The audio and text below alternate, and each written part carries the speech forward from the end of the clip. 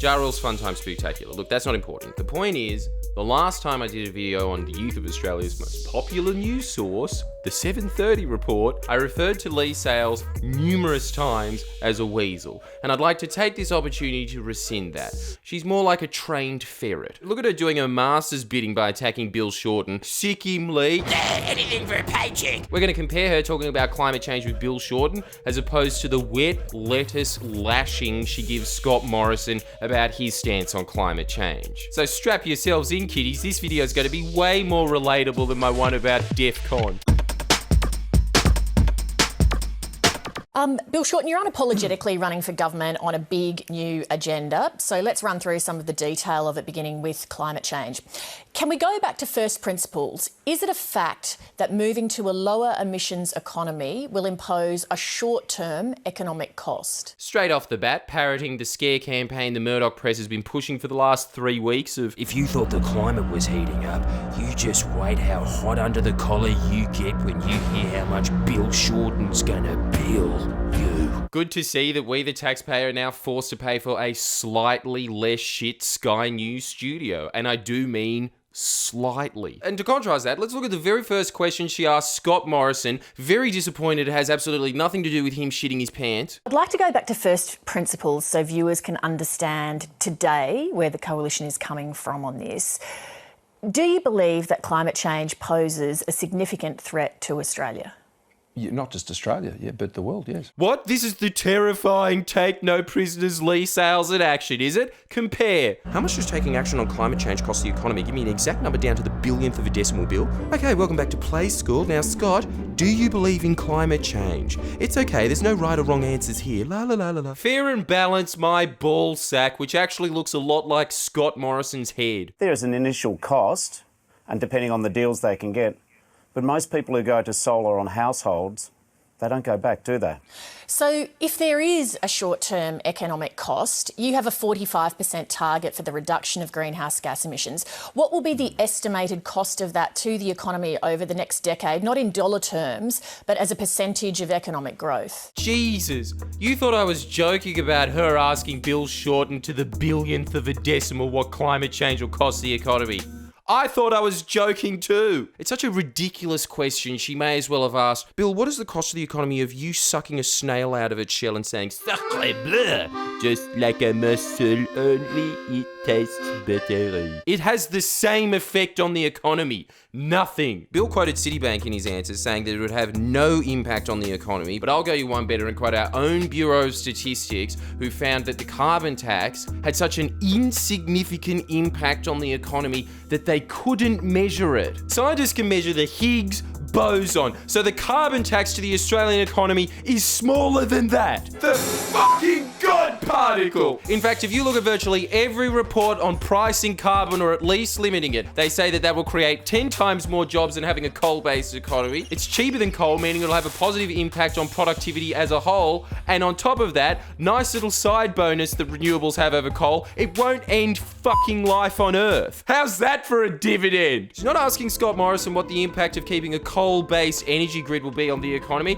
but I'll tell you, according to the Reserve Bank, which by its very nature, look at the word, reserved, they're not alarmist at all. According to them, climate change is currently costing the economy 0.18% of the GDP. The Australia Institute thinks it'll cost $130 billion a year very soon. Now look at the second question she asked Scott Morrison. In what way do you think that that could manifest in Australia? So here's what we've got. Her parroting the attack narrative of Rupert Murdoch designed to leech Bill Shorten of votes on a public broadcaster, while we've got her asking stoner questions to Scott Morrison like, what do you think the future's gonna be like, man? She then goes on to ask Bill Shorten and hint it's not, do you ever think what life would be like if RoboCop was real? It's this nightmare scenario of the economy she paints with so many coulds and maybes it makes you think, do you have a very polite Tourette's? Won't have a negative effect on economic growth.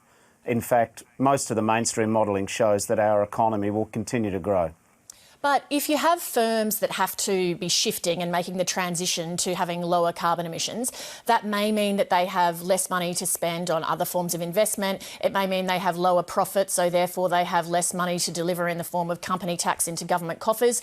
Those things could have a spin-off impact onto the GDP numbers. Ladies and gentlemen, we have it.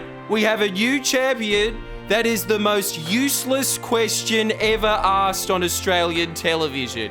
It is based in pure fantasy, and the beauty of it, you could replace it with anything. But if a few firms decide to hire party clowns for casual Fridays, that might fill a few minds of the workers with dread, so they can't focus on the job, which means that the firm might have lower profits in the future. That means they might have less money to invest in balloons, which might make the clowns not perform to their best on casual Fridays, as the atmosphere might look less jovial, which will make casual Fridays perhaps, if anything, maybe possibly a downer. That could spin off to lower GDP numbers. Now compare her aggressive, snarling, ferrety attitude that she has with Bill Shorten to a what can only be described as beaten dog to Scott Morrison. Listen to the fear in her voice. Even if Australia meets its Paris targets, experts predict that the country will be 3 degrees hotter in 80 years' time. What effect will that have in practicality on the environment and therefore the economy? Asking some question that a concerned mum who just learnt about climate change last year asks a school principal with the same level of politeness.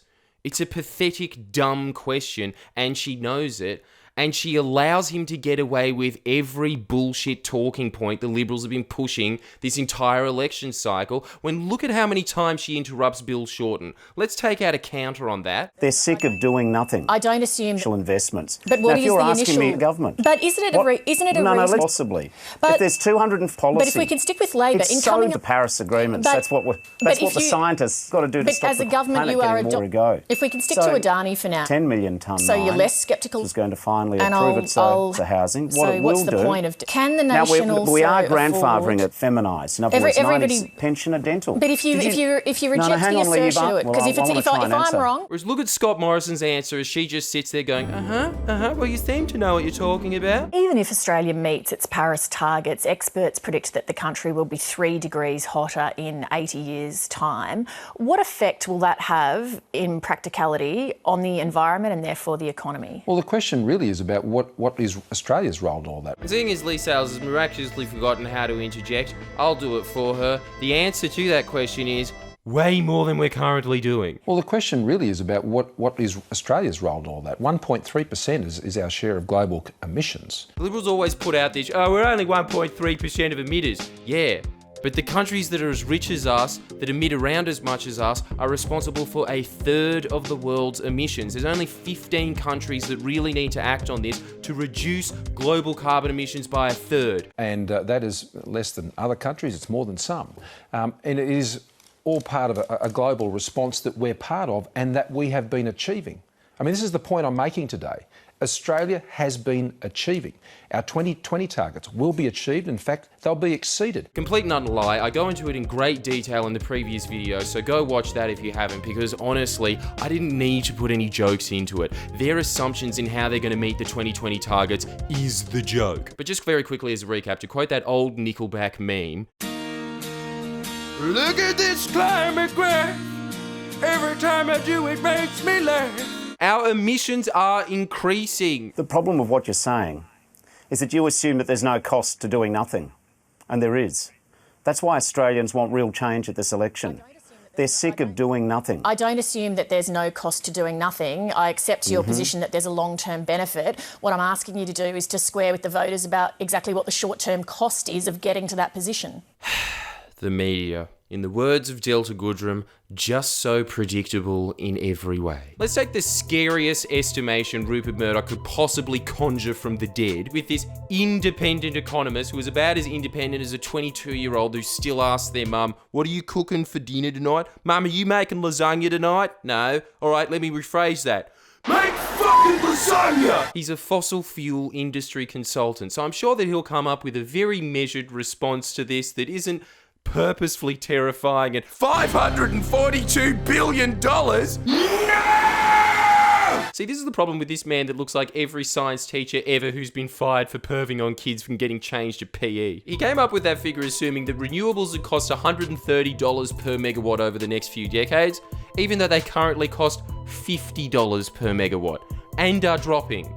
Right now, it's so much cheaper than coal that even energy giants like AGL are begging the Liberal Party, please, let us build renewables, to which their response is, don't make me take out the lump of coal again. Coal for you. Eat it! Let's assume that Rowdy Roddy Peeper's economic modelling isn't a complete crock of shit that's paid for by the Resources Council, and that for some reason, unlike every other technology on Earth like mobile phones and televisions, the price doesn't keep going down, and for some reason renewables just triple in price for no reason. $542 billion? That's your top estimate? Okay, I can match that. Infrastructure Australia. Slightly more credible source than this human weed. It's a government department. It's been filled with a bunch of Liberal Party stooges. Even those Liberal stooges have told the Liberal government that if they do not adopt Labor's policy of making most infrastructure in the future rail instead of road, which by the by is a major way that they're reducing emissions, that is going to cost the economy $500 billion over the next decade. Pretty much already matched. Let's add to that the fact that we are currently giving out $12 billion in subsidies to fossil fuels to make it look like it's on par with renewables in terms of cheapness. But we're subsidising it to the tune of $120 billion every 10 years. So we're already up to $620 billion, far surpassing his estimate. That is why all the mainstream media is a crock of shit and you need to give me money. Press like, press the notification button. I'll see you next week. Thanks for watching. Vote Labor. Please share and comment below. Comment.